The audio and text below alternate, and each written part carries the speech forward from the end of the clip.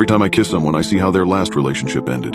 This time I witnessed more than I bargained for. It all started with Johnny Wellington. We were in middle school. I'd worn a white sundress that day and my hair was tied up in a ponytail. Johnny kissed me on the playground, his lips barely gracing mine for a moment before he ran off with his friends as they all giggled and poked fun at him. That was my first kiss, and the first time I came to the realization that I was different. The only way I can think to describe it is by saying that the second his lips touched mine, it was almost like they were telling me a silent story, a warning camouflaged in the form of affection.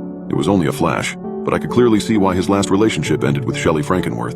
She had caught him talking about her in the library. "So did you kiss her yet?"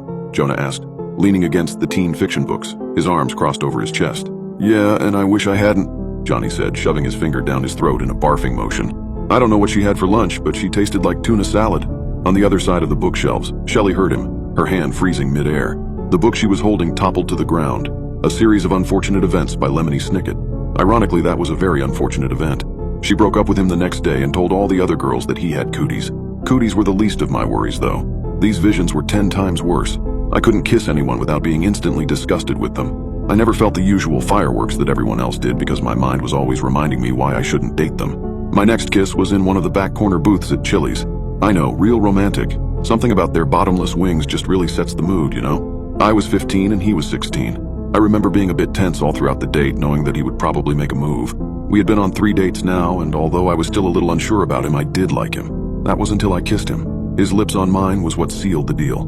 "Peter, I just can't do this." Blonde curls hung limply over her shoulders, her blue eyes watery and her nose red. A bit of snot coated her upper lip. She had been crying all night. Mascara ran down her cheeks in thin black trails. This poor girl looked like she had been through the ringer. "Come on, Grace, it was an accident." He paced back and forth, his hands carding through strands of auburn hair. "It didn't even mean anything." Grace's arms shook as she crossed them. I could tell that she still loved him, but she wanted to hold her ground. At this point, it looked like a losing battle, her lip trembling and her mind wavering, her sanity hanging on by a thread. But it still happened. She blew out a shaky breath. It still happened, and nothing you do or say will change that. He had cheated on her. The second I pulled back from that kiss, my eyes searched his for a moment, hoping that I would still see the boy from before. But all of that had been tainted, ruined in a matter of seconds. I threw my napkin on the table and dashed out of the restaurant, leaving him to pay the bill. It's the least he could do. He deserved whatever karma he had coming for him. I didn't kiss anyone else until I was 23.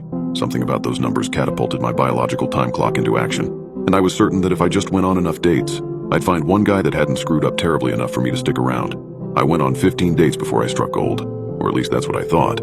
Spencer Lancaster was everything that I wasn't, and that's what initially attracted me to him. He was outgoing, charming, and could work any room that he walked into. He could strike up a conversation with a complete stranger and make it seem like the most natural thing in the world. So when he reached out to me and asked to go on a date, I jumped at the idea. The date went well, but they always went well, up until they kissed me. We talked about something funny that had happened to him at the grocery store the other day and laughed about his horrible stash of pickup lines. By the time we had finished our dessert, it was so late that the restaurant practically kicked us out. We shot each other a look as we strolled down the sidewalk before both of us burst into laughter. "Did you notice the way that lady kept circling our table?" Spencer asked, a lopsided grin spilling out onto his features. "Oh, you mean when she practically stared holes into the back of our heads?" Another giggle bubbled up from my lips. "Pretty sure she wanted us gone like 30 minutes ago." Don't worry about it. I left her a good tip." His shoulder brushed against mine for a second, playfully nudging me. "Handsome and generous," I murmured teasingly.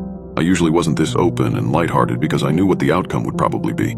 But something about Spencer was just so easy. Liking him was effortless. "You give me more credit than I deserve." His lips tugged up again, perfectly white teeth flashing me a Hollywood smile as his arm came up to rest around my shoulders, pulling me close. For just a moment, I allowed myself to let my walls down. I leaned into the warmth of his embrace, and for a second, I threw caution to the wind. As we walked around the square, continuing our playful banter, it didn't take us long to notice that all the other shops around us were closing. So Spencer proposed an idea. "Hey," he said, scratching the back of his neck before shuffling in place a bit. This was the first time I'd seen him even remotely nervous. "I don't mean for this to sound forward, but is there any chance you might want to come back to my apartment for a bit?"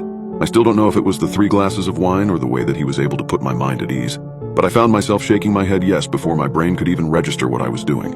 In fact, all logic had flown out the window. Spencer's apartment was nice and quaint and unusually immaculate. In fact, it smelled like he had scrubbed the place down top to bottom with bleach. Now I know what you're thinking. That should have been your first red flag. Listen, I know I was stupid and slightly tipsy, and hindsight is 20/20. I couldn't help the way that my nose twisted up when I walked in though, and Spencer was quick to catch on.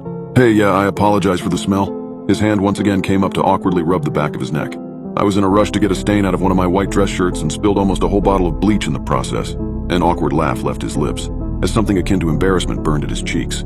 "Let me just pop open a window real quick." He dropped his keys in the bowl beside the door. "In the meantime, you can just make yourself at home." I kicked off my heels at the door, treading across the hardwood and plopping down onto one of his couches. Both of them were a light shade of gray. In fact, gray was a recurring color scheme in his apartment, except for the occasional pop of navy.